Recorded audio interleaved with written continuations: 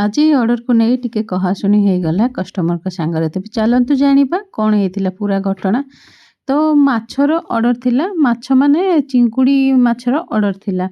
तो मुझे मार्केट रू पोहला माछ नहीं आसली पखाल भात खावाई आउ चिंगुड़ी माछ नहीं आसीलु ऑर्डर पाई।